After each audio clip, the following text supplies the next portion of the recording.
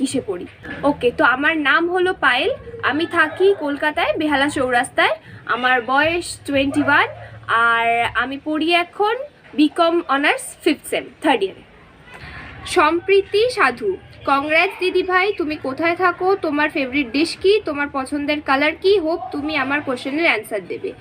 তো thank you congratulation বলার জন্য। আমি থাকি একটু আগেই বললাম কলকাতা বেহালা চৌরাস্তায়।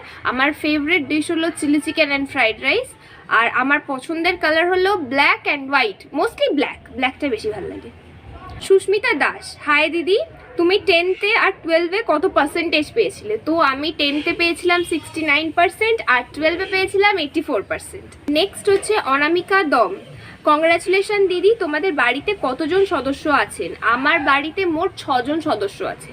তুমি আর দোয়েল কি আপন বোন নাকি কাকাতো জ্যাঠাতো? ও আমার নিজের বোন, ক্যামেরা ধরে বসে আছে, ও আমার